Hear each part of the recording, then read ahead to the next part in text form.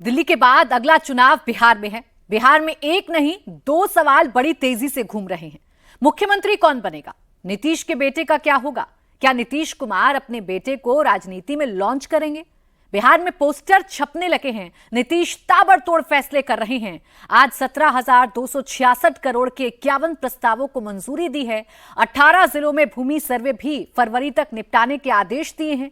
बिहार की राजनीति कितनी तेजी से बदल रही है, इस रिपोर्ट में समझिए। नीतीश कुमार को क्यों बार बार कहना पड़ रहा है, मैं नहीं पलटूंगा? तो पहले वाले दोस्तों को लोगों ने कुछ नहीं किया है। हम ही लोगों ने आपस में मिलकर के एक एक काम किया है। बिहार में बार बार क्यों चल रहा है नीतीश पलट सकते हैं?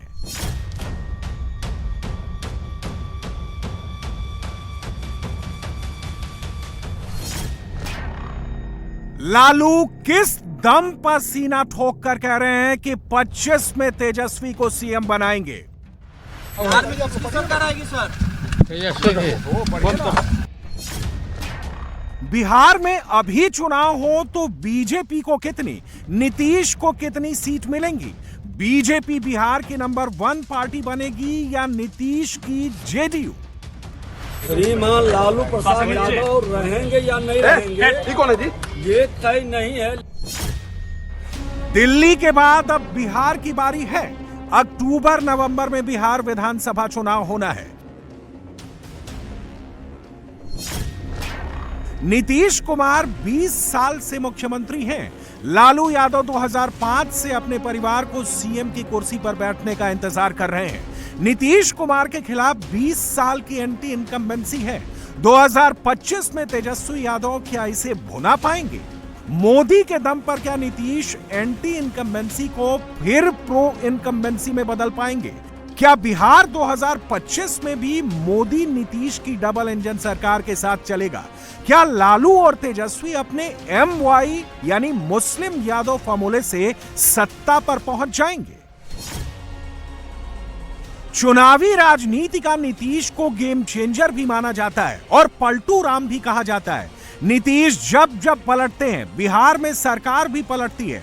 इसलिए जब जब चुनाव की तैयारी शुरू होती है, विरोधी और साथी दोनों नीतीश के अगले मूव को लेकर आशंकित रहते हैं।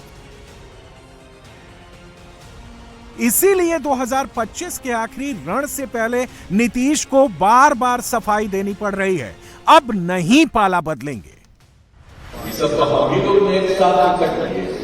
अब बीच में बेमतलब का हम ही लोगों का 2 लोगों के साथ 1.5 महीना फालतू किया था। अब उनको हमने तय कर दिया कि सब फालतू बात है, ये सब कभी कुछ नहीं करेंगे। हम लोग जो आपस में एक साथ हैं, हम लोग निश्चित रूप से उन्हीं के साथ करेंगे। और शुरू में भी पटना में क्या हुआ था, जब 5 गांव आए तो बताते थे ना, शाम में कोई घर से बाहर निकलता था। अब बोलिए आप कितना होता, कितना देर तक जाता है? 10 बजे 11 बजे तक लड़का लड़की सब लोग झुकते। अब पहले कुछ नहीं था।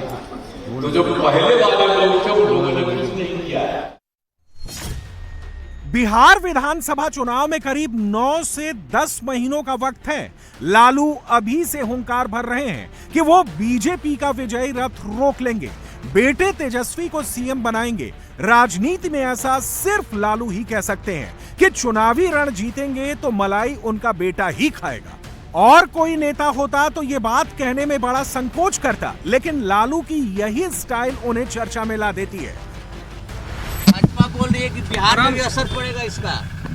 कोई असर नहीं पड़ेगा, भाजपा जाएगा। बोल रही है कि सरकार बनाएंगे एकदम पूर्ण बहुमत के साथ। कैसे बना लेगा सरकार? हम लोग रहते हुए सरकार बना लेगा भाजपा। भाजपा को लोग जान गया, तुम लोग को भी लोग जान गया। चलो पसंद आएगी सर ताजा सर्वे के रुझान भी लालू के लिए शुभ संकेत नहीं है। तेजस्वी को मुख्यमंत्री की कुर्सी पर देखने के उनके अरमानों पर पानी फेरते दिख रहे हैं। सर्वे के मुताबिक अभी बिहार में चुनाव हुए तो 40 लोकसभा सीटों में एनडीए 33 से 35 सीट जीत सकता है। इंडिया अलायंस के 5 से 7 सीट से आगे बढ़ पाने की उम्मीद नहीं है। 2024 में एनडीए को 40 में 30 सीट मिली थी। इंडिया अलायंस को 9 सीट मिली थी। 1 सीट निर्दलीय पप्पू यादव जीते थे। सर्वे के मुताबिक बिहार में अभी चुनाव हुए तो 2024 के मुकाबले एनडीए को 5% वोट का फायदा हो सकता है। इंडिया अलायंस को भी 3% वोट शेयर का फायदा होने का अनुमान है। एनडीए का वोट शेयर बढ़कर 47 से 52% हो सकता है। इंडिया अलायंस का वोट शेयर बढ़कर 39 से 42% हो सकता है। सर्वे में एक बात साफ है कि नीतीश के खिलाफ एंटी इनकम्बेंसी है। उनकी स्थिति कमजोर है, लेकिन मोदी का मैजिक बरकरार ही नहीं है। दिल्ली जीत के बाद वो और प्रचंड हो गया है। श्रीमान लालू प्रसाद यादव रहेंगे या नहीं रहेंगे कौन है जी? ये तय नहीं है, लेकिन एनडीए का आना तय है। और श्रीमान लालू प्रसाद यादव जी अब आपका रहना कोई आवश्यक भी नहीं है, क्योंकि बिहारी शब्द को आपने गाली बनाया, बिहारी को आपने लज्जित किया, जातीय उन्माद पैदा कर करके भाई भाई को लड़ाया है, बिहार को बर्बाद किया। इसलिए आपके जैसे लोगों का रहने की अब कोई जरूरत नहीं है। अब बिहारी का मान सम्मान स्वाभिमान जो बढ़ाएगा, सामाजिक सौहार्द बढ़ाएगा। इसलिए अब आप रहे न रहे, एनडीए का आना तय है। 2020 में नीतीश सबसे कमजोर कड़ी साबित हुए थे। 2025 में उनके सामने चुनौती बड़ी है। जेडीयू को वापस उसी बेंचमार्क तक लाना है जिससे वो एनडीए में बड़े भाई की भूमिका में रह सके। इसके लिए नीतीश बिहार के गांव, कस्बों, शहरों में घूम घूम कर वोटर का फीडबैक खुद ले रहे हैं। प्रगति यात्रा वो खुद कर रहे हैं। उनकी पार्टी महिला वोटर से कनेक्ट मजबूत करने के लिए नारी शक्ति रथ यात्रा निकाल रही है। अति पिछड़ों को जोड़ने के लिए कर्पूरी रथ यात्रा, दलितों और महादलितों को जोड़ने के लिए अंबेडकर रथ यात्रा, मुसलमानों को जोड़ने के लिए अल्पसंख्यक रथ यात्रा पूरे बिहार में निकाल रही है। चाहे हिंदू हो, मुस्लिम हो, अपर कास्ट हो, पिछड़ा हो, अति पिछड़ा हो, दलित हो, महादलित हो, सभी के लिए हम लोगों ने काम किया और हमने वंचित वर्गों के लोगों के लिए काम किया तथा उन्हें मुख्य धारा में जोड़ने के लिए विशेष योजनाएं लगाई। अनुसूचित जाति और जनजाति के लिए हर प्रकार से और उनको आगे बढ़ाने के लिए हम लोग निश्चित रूप से करते रहेंगे। चुनाव से पहले नीतीश के बेटे निशांत के पॉलिटिकल डेब्यू की जबरदस्त चर्चा बिहार में है। किसी राजनीतिक जमावड़े में यदा कदा ही दिखने वाले निशांत राजनीति पर बात भी बहुत कम करते हैं। 2024 में वो बख्तियारपुर में अपने दादाजी की मूर्ति पर माल्यार्पण करने गए थे। तब से इन अफवाहों को और हवा मिली कि नीतीश कुमार अब अपने बेटे को राजनीति में एंट्री देने का मन बना चुके हैं। हालांकि जब निशांत सिंह से यह सवाल पूछा गया तो लोकसभा में पार्टी को जिताने की अपील जरूर की थी, लेकिन अपनी राजनीतिक यात्रा के बारे में पत्ते नहीं खोले थे। मेरे दादाजी स्वतंत्रता सेनानी रहे सर, जेल भी गए आज़ादी के लिए, तो उसी के उपलक्ष्य में पिताजी ने यहाँ पे राजकीय सम्मान का दर्जा दिया।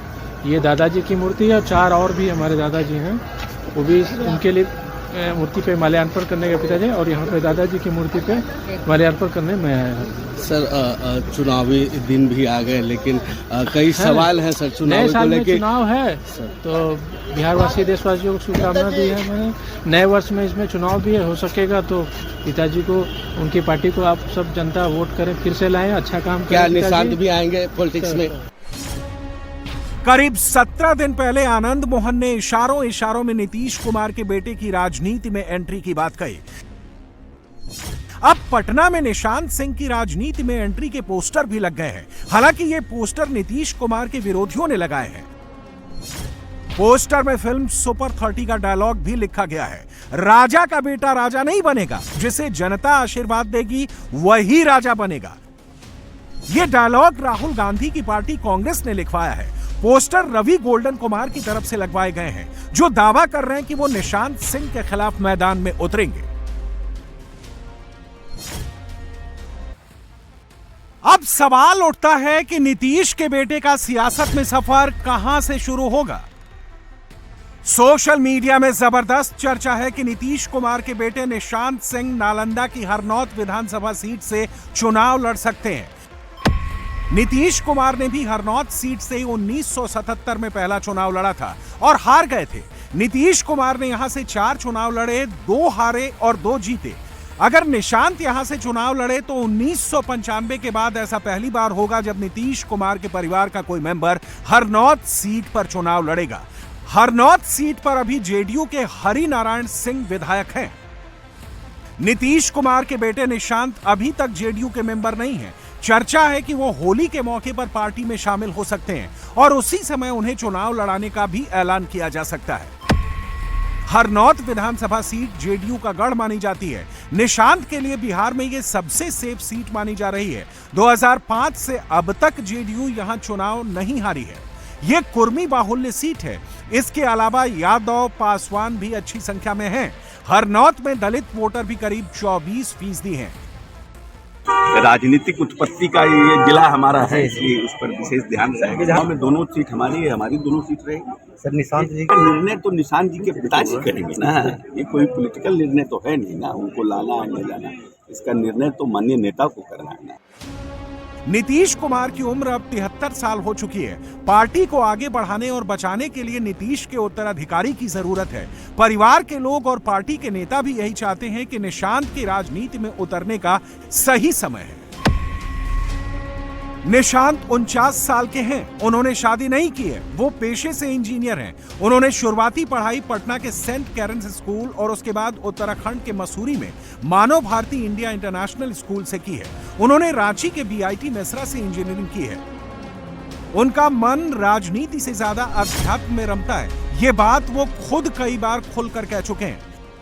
ये भी मैं आध्यात्मिक दृष्टिकोण से आया हूँ। जो मोबाइल पे मैं हरे रामा हरे कृष्णा सुनता हूँ, तो उसके लिए स्पीकर खरीदने आया हूँ ताकि उस पर और अच्छा से सुन सकूँ। जी सर, कहा जा रहा था कि निशांत जी आएंगे राजनीति। यार चलो सर, आध्यात्मिक पद पे चल रहा हूँ। ठीक।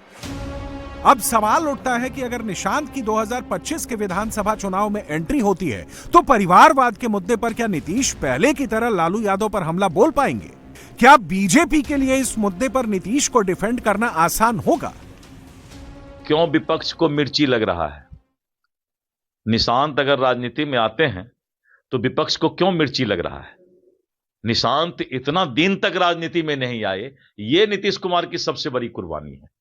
विपक्ष को यह बोलना चाहिए कि यह तो आश्चर्यजनक बात है कि एक तरफ जहां लोग सिर्फ बेटा बेटी की चिंता करते हैं, माननीय लालू जी का परिवार बेटा बेटी के बाहर कभी भी सामाजिक न्याय में बाहर नहीं निकल पाए, वहीं पर इतने लंबे समय के बाद अगर चर्चा चल रही है, कोई नीतीश कुमार जी बोले हैं कभी क्या कि निशांत जी आएंगे पॉलिटिक्स में? लेकिन मैं तो कहता हूं कि निशांत जी को पॉलिटिक्स में आना चाहिए। क्यों नहीं आएंगे पॉलिटिक्स में? एकदम आना चाहिए। निशांत से पहले बिहार में 7 और मुख्यमंत्रियों के बेटे राजनीति में आए। कुछ सफल हुए, कुछ नहीं। इनमें लालू के बेटे तेजस्वी यादव और तेज प्रताप यादव, जगन्नाथ मिश्रा के बेटे नीतीश मिश्रा, भागवत झा के बेटे कीर्ति झा आजाद, जीतन राम मांझी के बेटे संतोष सुमन, सत्येंद्र नारायण सिंह के बेटे निखिल कुमार, कर्पूरी ठाकुर के बेटे रामनाथ ठाकुर। निशांत की अगर पॉलिटिकल पारी शुरू होती है तो उनके सामने चैलेंज बहुत टफ होगा। अब यह नीतीश को तय करना है कि निशांत राजनीति की पिच पर उतरेंगे या नहीं। निशांत को लेकर जिस तरह से राजनीतिक चर्चाएं चल रही है कि वो होली के बाद जदयू ज्वाइन कर सकते हैं, हरनौत विधानसभा भी लड़ सकते हैं। आपने भी एक बार इच्छा जाहिर किया था कि युवा है, युवा को आना चाहिए। नहीं, मैंने कहा उनकी सोच अच्छी है, वो बिहार के परिप्रेक्ष्य में वो जानते हैं, समझते हैं, ये बहुत अच्छी बात है। लेकिन माननीय मुख्यमंत्री श्री नीतीश कुमार जी के सुपुत्र है, ये फैसला नीतीश कुमार जी को ही लेना है और जो माननीय नीतीश कुमार जी फैसला लेंगे उस पर हम लोग सब लोग कायम रहेंगे।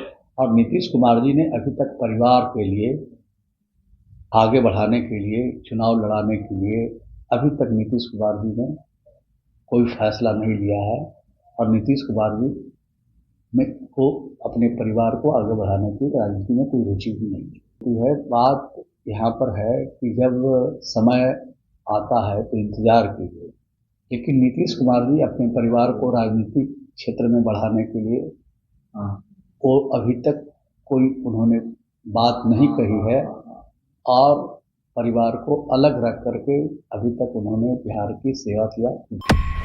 2020 में जेडीयू सिर्फ 43 सीट जीत पाई थी। उसका वोट शेयर 15.39% था। बीजेपी ने 74 सीटें जीती थी। उसका वोट शेयर 19.46% था। आरजेडी ने 75 सीटें जीती थी। उसका वोट शेयर 23.11% था। कांग्रेस ने 19 सीट जीती थी। उसका वोट शेयर 9.48% था। हालांकि लोकसभा चुनाव में जेडीयू और बीजेपी दोनों को 12-12 सीट मिली थी। बीजेपी और जेडीयू दोनों का फोकस बिहार के दलित वोटर पर है। बिहार में करीब 16% दलित वोटर हैं। 6% पर चिराग पासवान की पार्टी की मजबूत पकड़ है। चिराग 2020 में अलग चुनाव लड़े थे। इस बार बीजेपी और नीतीश के साथ गठबंधन में हैं। रविदास जयंती पर एनडीए के तमाम पार्टनर एक मंच पर आए और दलित समाज को बताया कि नीतीश के राज में उनके लिए कितना काम हुआ है। नीतीश से पहले बिहार में दलित कल्याणकारी योजनाओं के लिए सिर्फ 40 करोड़ का फंड था, जो अब 21 अरब 20 करोड़ को पार कर चुका है। सभी जिलों में दलित समुदाय के छात्र छात्राओं के लिए हॉस्टल बनाए जा रहे हैं। महादलित विकास मिशन की स्थापना करने वाला बिहार पहला राज्य है। दलितों तक योजनाएं पहुंचे, इसके लिए विकास मित्रों की नियुक्ति की गई है और नीतीश कुमार ने उनका मानदेय 13,000 से बढ़ाकर 25,000 कर दिया है।